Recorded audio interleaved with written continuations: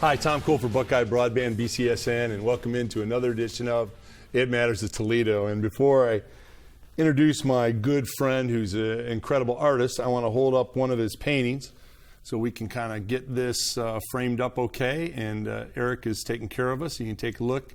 And I want to bring in now Mr. Greg Justus. Greg, so good to see you. It was great to see you too, Tom. You know, I wanted to start off with Greg. You're obviously an extraordinarily talented artist, but I wanted to take you back a little bit because we had prior careers together. You did a great job in sales, but sales wasn't what you really wanted to do. And I think to myself, how many people out there, they're going to be watching this interview and they're going to be so jealous of you because I think everybody has in the back of their mind a job that they would really, really like to do and make a living at, but they don't see how they can get there. You just did it. I mean, you just said, hey, I'm an artist. I have talent. This is going to be my job. I'm getting out of sales, and nothing pejorative sales. I mean, you know, you did great at that, but it's not my passion. So tell folks how you were able to do that, because that's not an easy thing to do. Right. No, not at all. Well, you know, with getting my degree in fine art, I mean, that's what I always did. Even when I was doing sales full time, my real focus was art. I mean, even when I was in the medical field and I was calling on doctors' offices, a lot of times art would somehow come up. I mean, that was just what I was really passionate about. And I was very fortunate in the sense I have a very, very supportive spouse. So there was coming to a point where I was going to be switching companies in the healthcare field.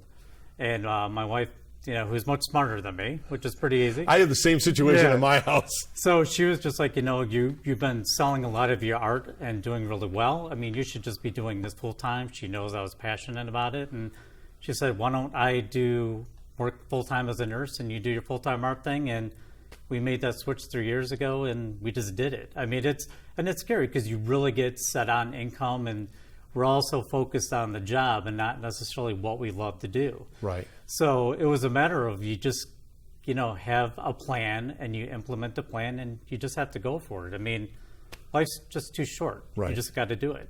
Greg, well, it takes a lot of guts to do that. Number one, it takes talent, which you have. And then three, what an incredible partner you have, because I would think the first reaction for a lot of the partners would be, well, wait a minute. That means you're not going to have a check right away and we can't pay, you know, we might not be able to pay this or we not, you know, but to have a partner who encourages you to go for your dream, that had to make you feel great. Oh, yeah, definitely. I mean, it was one of the many reasons I married my wife. So. I love it. I love it. So you get into this art world.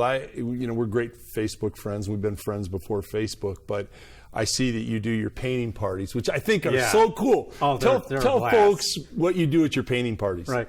Well, you know, a lot of the painting parties, there's a lot of groups that do them, but mine is where I come to you.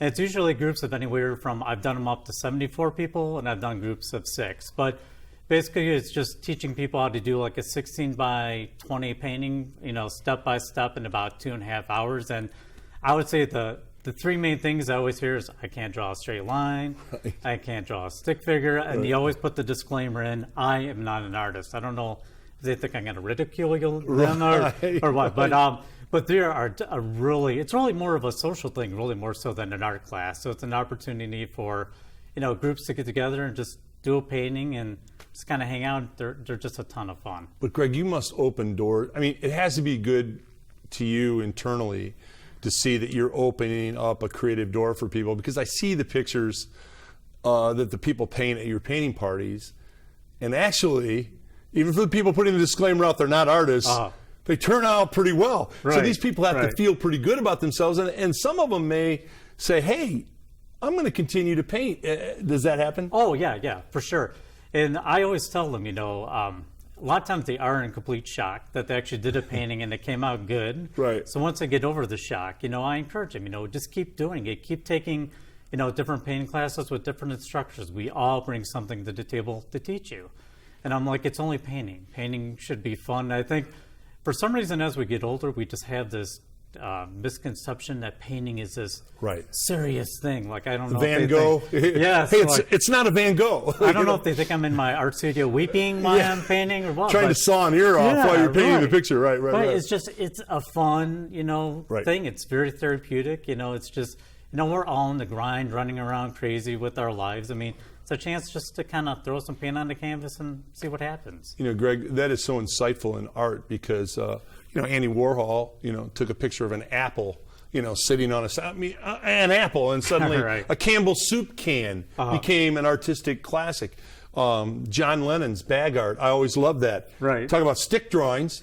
He had little stick drawings, but they were simplistic, yet they were cool. There Right. was something very artistic about that, and your work is like that. I look at your work, and you have a distinctive style, and I love it. It's I've told you a long time ago your series of skeleton paintings that you do. Yes, I do a lot of Day of the Dead type thing paintings. I'm telling you, if you could get into the Grateful Dead fan base, they'd be buying these things off the shelves because they're really cool. Where did you get the skeleton deal? Because I love all the different skeletons. Well, what's funny is a lot of my business, I do a ton of commission work. Just like the painting you showed in the beginning, I do a lot of painting requests that people want for their homes.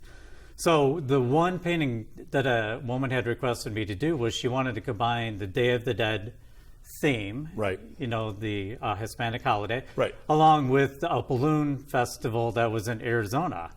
So I was like, okay. So I started looking into the Day of the Dead, type art, and it was so whimsical and so fun, and it's kind of really celebrating like the past, our loved ones that have passed, and there's just so much fun celebration to it that it just really kind of spoke to me. And there was something about having like a cool group of skeletons playing music, music and bands. I love those pictures. They've just really offered me, who really likes to use bright colors and whimsical type images. It's just a great way of just creating some really fun art. You're so creative because we did a park event together, and you were kind enough to kind of paint what you saw the kids were playing in the park and that type of thing. And you were so very generous, gave it to me, and I hung it in my office. It's been hanging in my office since the event that we did. And I noticed that because of the colors, because of the brightness, Toledo, when we get into the winter, you usually don't see the sun for, like 87 days in a row. Right. You kind of forget what the sun looks like, Right. And I go in the office, and you're painting just the colors, the vibrant picture, it kind of makes everything brighter, and it makes you feel better about what's going on around you. So your paintings, there's an emotion in your paintings, I guess is what I'm trying to get to. Yeah, definitely. When you paint, you try to elicit emotions in certain ways? Well, Van Gogh is definitely my favorite painter, but besides that, I really like using the bright colors and just using a lot of energy. I mean, we have enough gray and craziness in the world. What I'm trying to do with my art is I'm really trying to bring in a real kind of positive vibe, and I want you to be able to look at the painting and just be able to kind of smile and just get some positive energy off it. So that's always my goal. You more than do that. You're such a talented artist, and you're so creative. People want to commission you, Greg. They want to get a hold of you. They want to do a special painting for the holiday, for Christmas, for Thanksgiving. I know, you'll work with anybody. Yep, for sure. How do they get a hold of you? They can just either email me at artofjustus.com, Justus. The easiest way is go to my website, which is artofjustus.com. I have all my contact information. I'm also on Facebook under Starving Artist Greg is my Facebook fan club Starving Artist Greg, right? Yeah, I love it. It used to be that way. I had to work hard to make my money for bacon. So, it's much better now, but yeah. Well, I want to hold this up on our way out, too. This is obviously you've done for the Buckeye, and we did it in the beginning, but it's got the Ohio State on the bottles and the beers, and we have so many Ohio State football fans in our community. It is really cool. I could see this being in a lot of man caves, or the gals. A lot of gals are Ohio State fans. So I've done them for both. And you would do Michigan, right? You would do Michigan. I've done Michigan. I've done Spartans. Okay. I've done them all. But okay. I would say Ohio State fans definitely are the most fanatical. So not to be more pro Ohio State for anybody who's not, but I definitely have done more commission work for Ohio State fans for their man caves. So. Greg, you're an incredibly great guy and a super artist. It's an honor to have you on the show. Thank you so much. Thank you so much, Tom. Okay. That's going to do it for It Matters to Toledo.